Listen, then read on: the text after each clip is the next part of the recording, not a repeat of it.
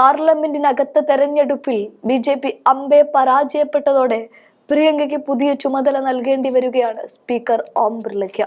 ഇനി സുപ്രധാനമായ ബില്ലിൽ അവസാന വാക്ക് പ്രിയങ്കയുടേതാകും.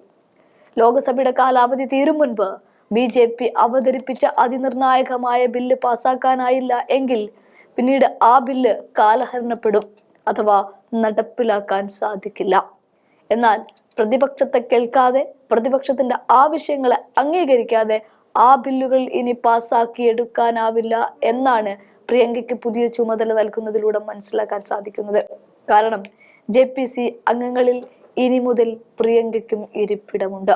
ഇതിലും വലിയൊരു വെല്ലുവിളി മോദി ഭരണകൂടത്തിന് ഇനി നേരിടാൻ ഇല്ല എന്ന് തന്നെ പറയാം.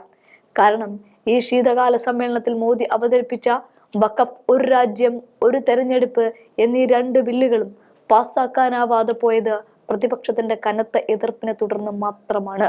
കഴിഞ്ഞ ദിവസം അമിത്ഷായെ ഒന്ന് വാ തുറക്കാൻ പോലും സമ്മതിക്കാത്ത തരത്തിൽ പ്രതിപക്ഷം ആഞ്ഞടിച്ചപ്പോൾ ഈ ബിൽ വോട്ടെടുപ്പിനിടുകയായിരുന്നു. എന്നാൽ വോട്ടെടുപ്പിൽ ചരിത്രത്തിലാദ്യമായിട്ടാണ് BJP അമ്പെ പരാജയപ്പെടുന്ന കാഴ്ചയ്ക്ക് സഭ സാക്ഷ്യം വഹിച്ചത്.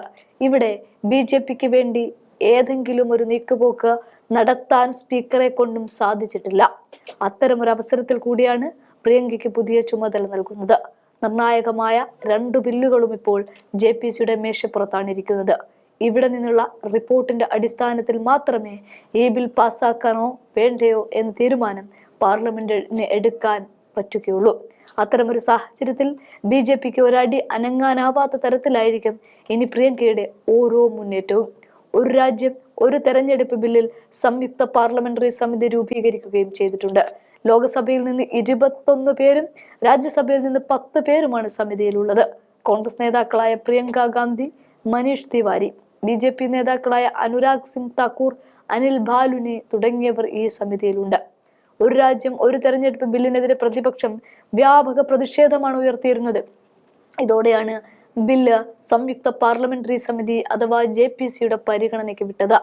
ലോക്സഭയിൽ 3/2 ഭൂരിപക്ഷത്തോടെ പാസ്സാക്കുക എളുപ്പമല്ലെന്ന് കണ്ടെന്നാണ് ബില്ലുകൾ JPCക്ക് വിടാൻ തീരുമാനിച്ചത്. ലോക്സഭാ കാലാവധി തീരും മുമ്പ് പാസ്സാക്കിയില്ലെങ്കിൽ ബിൽ കാലഹരണപ്പെടും. ലോക്സഭ, നിയമസഭാ തെരഞ്ഞെടുപ്പുകൾ ഒന്നിച്ച് നടത്താനുള്ള 129ാം ഭരണഘടനാ ഭേദഗതി ബില്ലും കേന്ദ്രഭരണ പ്രദേശങ്ങളിലെ തെരഞ്ഞെടുപ്പുകൾ കൂടി ലോക്സഭാ തെരഞ്ഞെടുപ്പിനൊപ്പം നടത്താനുള്ള ഭേദഗതി ബില്ലുമാണ് നിയമമന്ത്രി അർജുൻ റാം മേഘ്വാൾ കഴിഞ്ഞ ദിവസം അവതരിപ്പിച്ചത്. ഭരണഘടനാ ഭേദഗതിക്ക് ആവശ്യമായ അംഗബലം ലോക്സഭയിൽ സർക്കാരിനില്ലെന്ന് അവതരണാനുമതി തേടിയ ഘട്ടത്തിൽ വെളിപ്പെട്ടിരുന്നു. ഭരണഘടനാ ഭേദഗതി പാസ്സാക്കാൻ 2/3 ഭൂരിപക്ഷം അഥവാ 362 പേരുടെ പിന്തുണ വേണം. NDAക്ക് 293 പ്രതിപക്ഷ ഇന്ത്യ കൂട്ടായ്മയ്ക്ക് 234 അംഗങ്ങളാണുള്ളത്. NDAയുടെ ഭാഗമല്ലാത്ത 4 MPമാരുടെ അഥവാ YSR-CPM അകാലിദളിന്റെ ഏക അംഗവും പിന്തുണച്ചാലും ശരി NDA 300-ൽ തൊടില്ല. അവതരണ പ്രമേയം വോട്ടിനിട്ടപ്പോൾ പിന്തുണച്ചത് 269 അംഗങ്ങൾ മാത്രമാണ്. 198 പേർ എതിർക്കുകയും ചെയ്തു. വിപ്പ് നൽകിയിട്ടും 20 BJP MPമാർ വിട്ടുനിന്നു എന്നത് മറ്റൊരു കാഴ്ച കൂടിയാണ് BJPക്കകത്ത്.